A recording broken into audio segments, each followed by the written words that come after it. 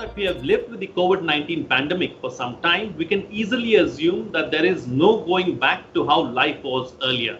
History shows that major economic crises have been followed by large-scale change. The world is now looking to India to play a major role in the region and beyond to look for multifaceted solutions in the short and long term, considering that we are going through an economic crisis.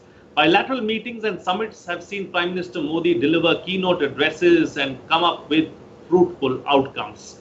In this edition of The Big Picture, we will analyze the global optimism towards India.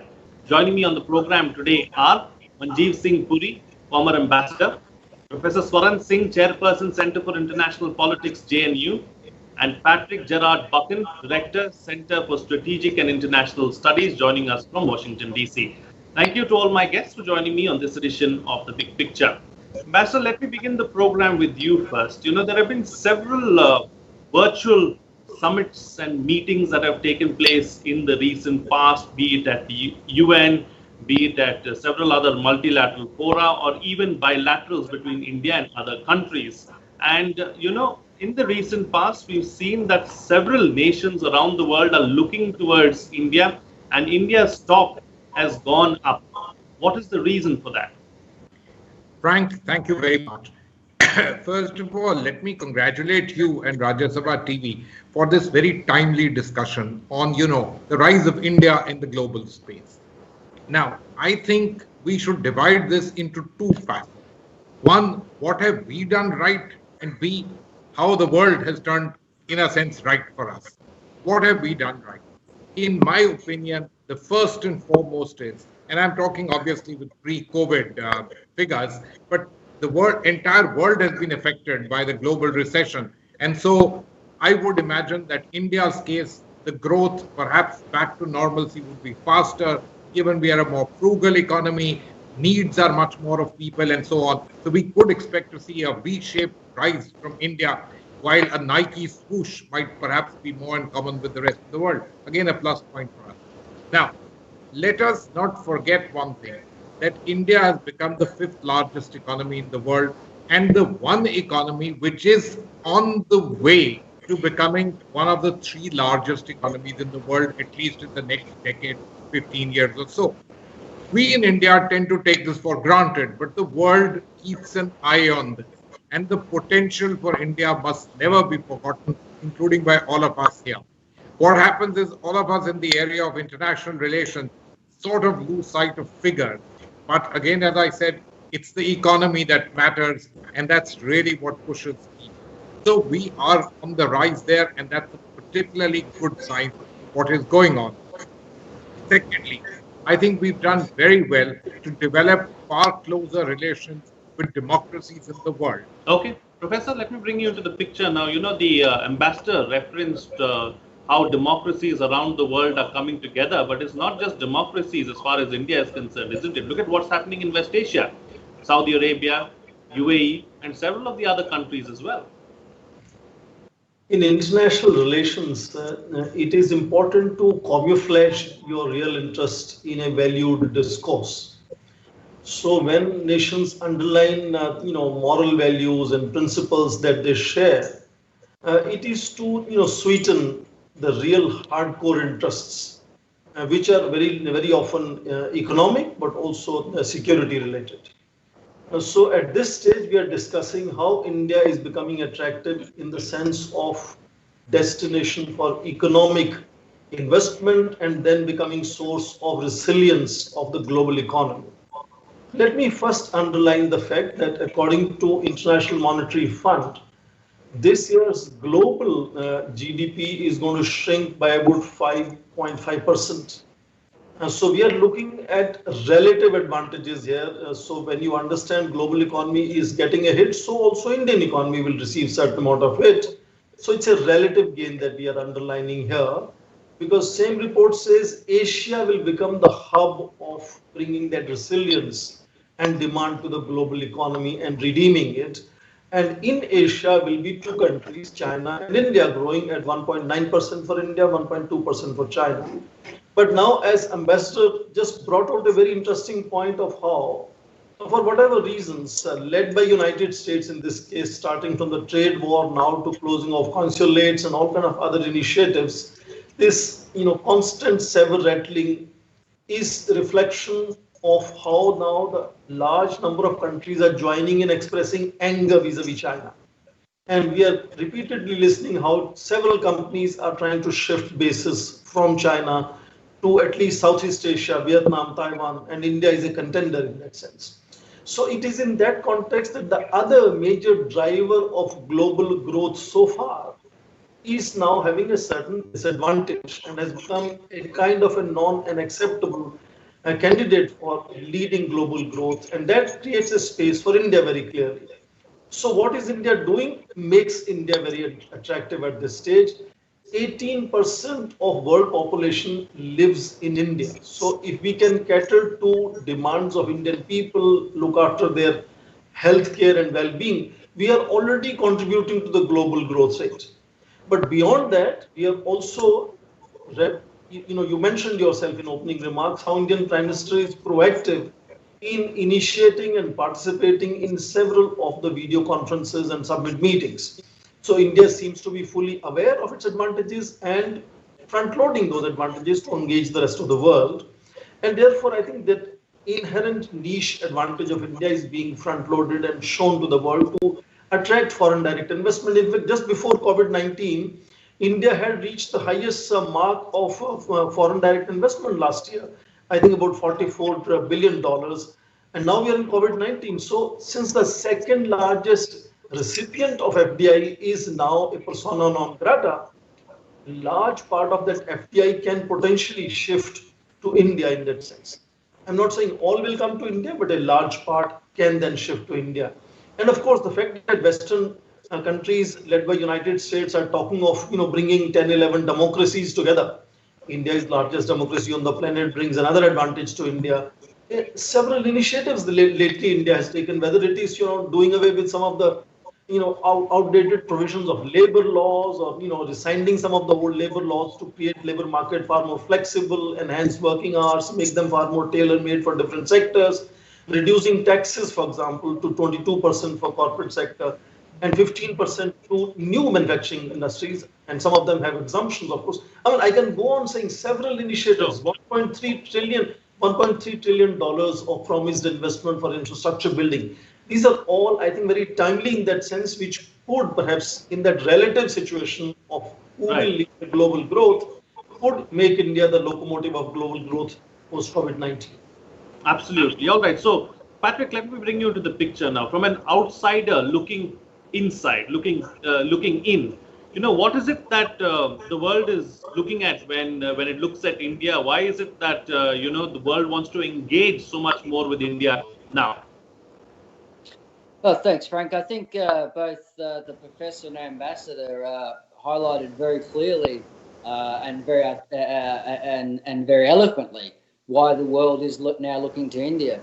The way history has now taken its course between much of the failed assumptions that many thought regarding China, that being that China would, through liberal market reform, would ultimately lead to political reform, which would lead to China assuming a more benign position in the global system.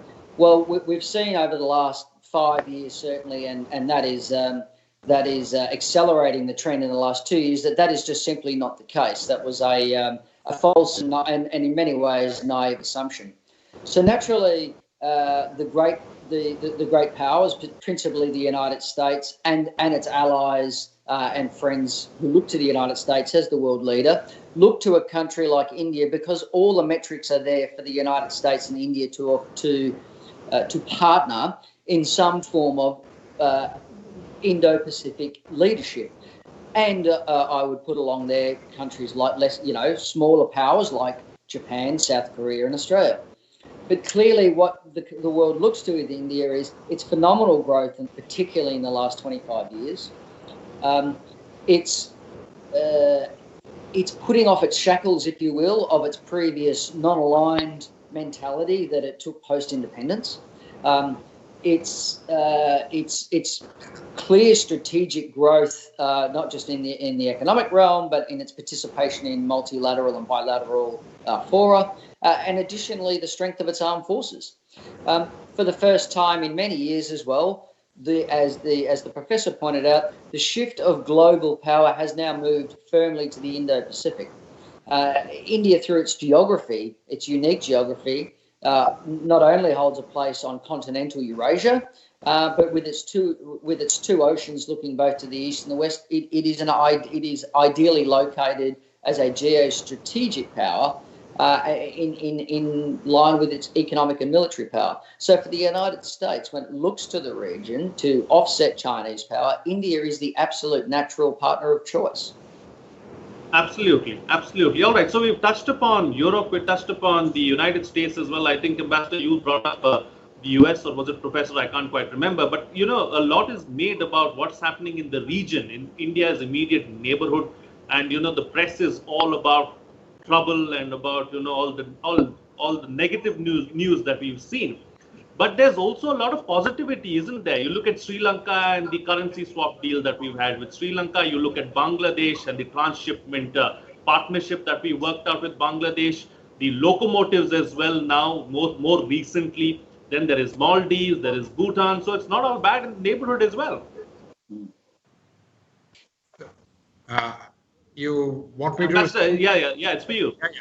Frank, look, the neighborhood is always very challenging. And also remember the history as well as the geography of our neighborhood. Now, some parts of the neighborhood are going through tremendous challenge. And the reason for the challenge is yet another member of the neighborhood. Let's be clear on that too. There are also issues within the neighborhood, and I'll refer to Nepal. There are internal issues to the country. Everything cannot be attributed only to a country which has a border with both India and Nepal, China. There are a lot of issues internal. These are issues that we have lived with a long time. Some of them are reaching points right now which are very difficult to easily see a turnaround. You're seeing situations in Bangladesh which could also develop, but which are at the moment going in directions which we like. Look, my own understanding on all of this is quite clear.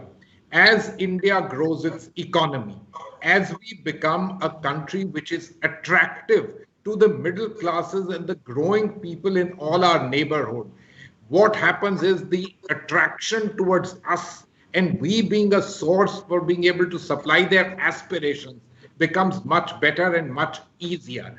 And at the end of the day, let's remember one thing. Countries in our neighborhood are also growing. They've benefited through globalization in a very big way. I mentioned to you Nepal, small little country. 30% of its GDP comes from remittances. Even though it is still technically an LDC graduating towards the middle income country, moving out of that, the changes in people's perceptions are absolutely there for you to see. Bangladesh, fastest growing economy in our region. Sri Lanka has always been a slightly different ballgame. And look at Maldives. So all these changes will come about. All these changes will make India a place which is naturally attracted to them, which they know very well. And if I may use a simple expression, an automatic plus for them, because they know us. They know our economy, they know our people, they have relationships. When you can do what their aspirations are, things become that much easier. So look, I'm very hopeful and very positive that the way the world is changing, the way we are changing and taking advantage of the opportunities in the world, the opening of the economy, which Professor Swan Singh very rightly mentioned, each and every one of them will give us a fillip for our economy, and that in turn will lead to a far greater and brighter element of attracting ourselves even to those in the neighborhood who have historically, for a variety of reasons, had what is called the angst of the small state. But despite that, these things will move forward. And this is our plus point. And it's one that we are leveraging and leveraging well, not only in domestic terms, I mean, in terms of the international connections that we are putting together, reaching out across the world to the largest economy in the world, of course, the United States, but also to the Europeans, the Japanese, certainly one of the very large economic powers in the world. And all of this conglomerates to good possibilities and a good augury for India in the near future. Absolutely. All right. Let me bring in another facet, another element into the picture now. Professor, India is also very strongly and very aggressively trying to work out FTAs with, like-minded countries, be it the European Union, be it the UK, be it the US as well. It's difficult with the US, understandable, because there are several challenges, but it's not lost because we are working constantly to try and get that as well, at least a limited trade deal for the time being. Before I answer the question on FTA, let me add to what Ambassador said. Very often the bad news makes headlines. So yes, I agree with you when you said in the neighborhood we keep hearing very, very different voices and noises coming from the neighborhood.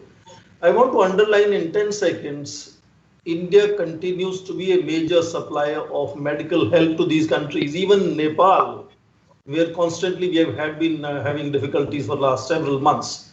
Bangladesh, others, Bhutan.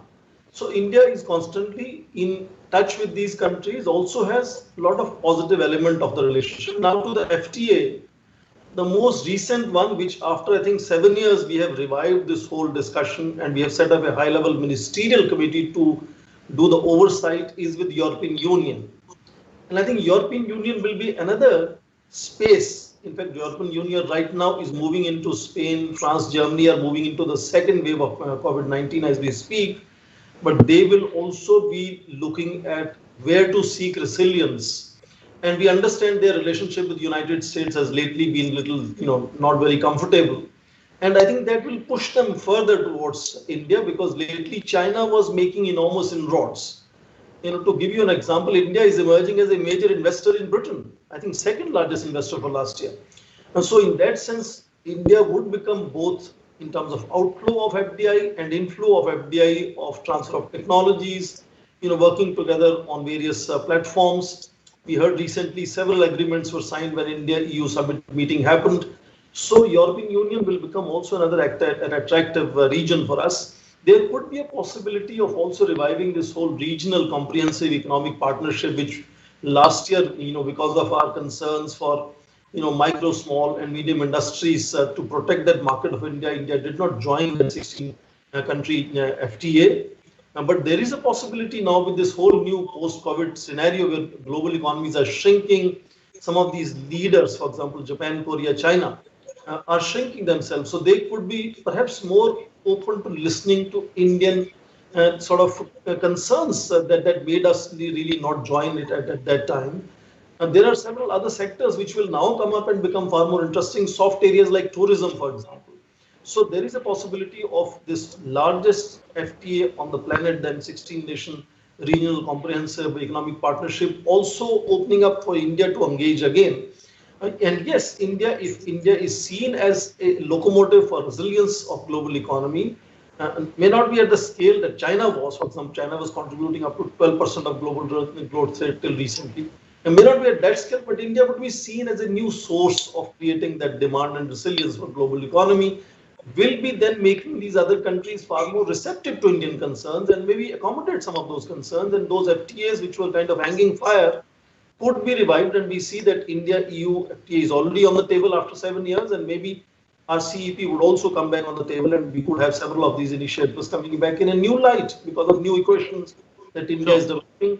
And 10 seconds, defense sector, I think, is going to be another very interesting area where we will see, a lot of these continuous partnerships that particularly for United States, for instance, we could continue to have those spin-offs with private, partnerships in India engaging in those defense production. And, February 5, the Defense Expo, Prime Minister was clearly saying that there are two motives behind India engaging in this, partnerships in defense sector. One, massive modernization of armed forces, but also at the same time making major defense producing confirms to shift their manufacturing hubs to India. And now look at the same February speech makes a very different meaning at this stage in middle of COVID-19, and India is emerging as a major source of resilience. That defense sector could also become very, very interesting area. We could also see that emerging as an important component of Make in India being sort of pushed forward. And that way, Indian economy itself rising, faster than even International Monetary Fund conceived of when they launched their report in April this year. Absolutely. Talking about defense, the first batch of Rafales are also on their way, and they should be here very soon. So that is a big feather in our hat as well. But Patrick, let's talk about everything that's happening in the United States and what the Secretary of State has been saying. Of course, he's constantly been talking about India, has been praising India. He's been, lauding India's efforts really on several fronts and wants India to play a bigger role in the region and in the Indo-Pacific as well. What's the, the game plan there as far as the United States is concerned for India? Yeah, I think, Frank, I recall this about a year ago, the Pew organisation published a poll on US thinking towards India. And we saw dramatic rises in the way Americans viewed India. And I'm not talking about strategic elites. I'm talking about average Americans who perhaps don't follow international relations as closely as perhaps ourselves and those who are watching your program. And so what was extraordinary was the rise of American, average American, and I don't say that in a demeaning way, but average Americans' views of India and the role India plays in the world. I do put that down to several things. I put that down to the rhetoric we see out of the administration. You referenced Secretary Pompeo's speech, in which the United States firmly places India on the table as a major strategic partner of the United States. On the back of Trump's visit several months ago, the successful visit to India. But I also wouldn't downplay the success, the unparalleled success in many ways of the Indian diaspora here in the United States, which has been an extraordinary commitment to the American ideal over the last 30 years, but also the highly visual place that many Americans of Indian descent have played in the US economy.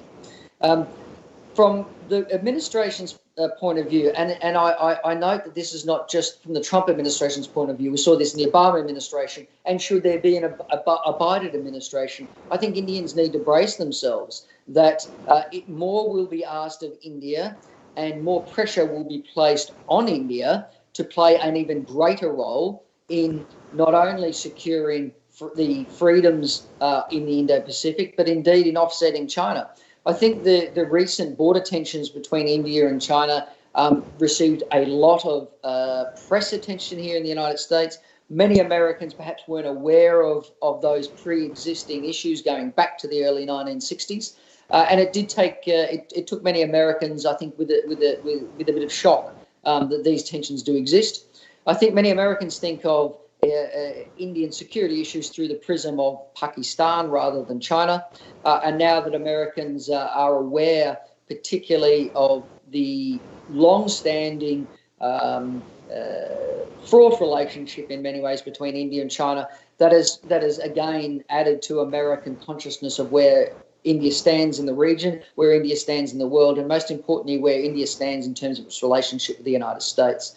We've spoken before, Frank, on your show.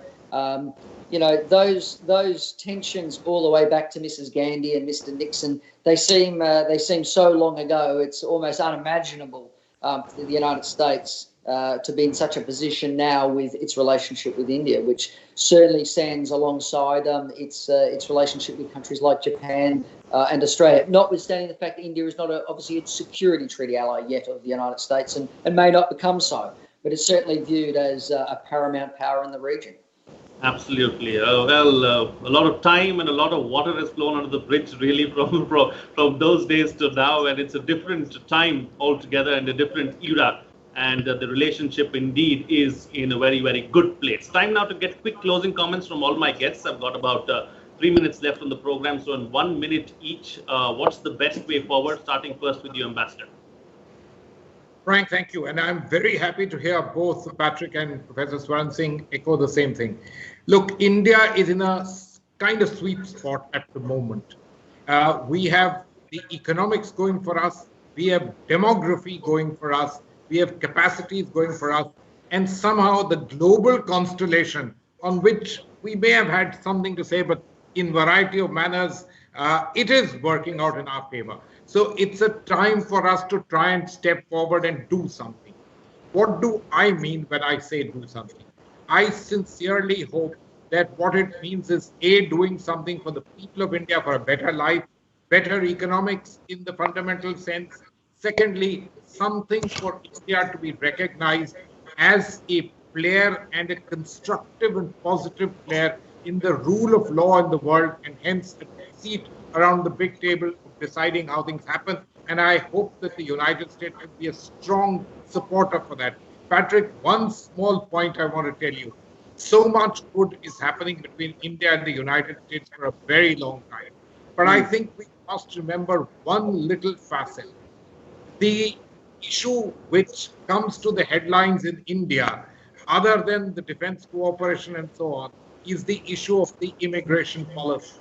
And when you recognize how well the Indian diaspora has done in the United States, it would be very good if you as a country and all of you in your individual capacities recognize the contributions of Indians to the growth of the United States economy.